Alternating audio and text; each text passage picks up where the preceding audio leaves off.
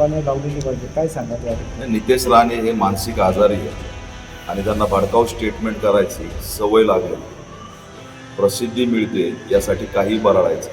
देशामध्ये संविधान आहे, डॉक्टर बाबासाहेब आंबेडकरांचा कायदा आहे, असं तोंडाने बोलून चालत नाही. त्यांच्यामध्ये हिंमत असेल तर देवेंद्र फडणवीस यांना त्यांनी जे बोललं ते GR काढायला हवा. इथं नाशिक बौद्ध जिल्हा आहे, मुस्लिम जिल्हा आहे, आदिवासी जिल्हा आहे, सर्व जाती धर्मातले घटकातले लोक इथं राहतात, सगळे स्टॉल लावतील. कुणीही त्या ठिकाणी दादागिरी करण्याची भाषा करू नये. आणि नितेश राणेंना आमचा इशारा आहे, जर तुम्हाला एवढाच मुस्लिमाचा तिटकार आहे तर तुम्ही तेल कुठून आणणार आहे ते जाहीर करावं, पेट्रोल डिझेल कुठून येतं ते जाहीर करावं. आपल्या देशातले लोक मुस्लिम कंट्रीमध्ये गेलेत, त्याचं काय उत्तर देणार आहेत? तुमच्या अशा वागण्याने जर तिथं त्यांना त्रास दिला तर त्याला कोण जबाबदार आहे?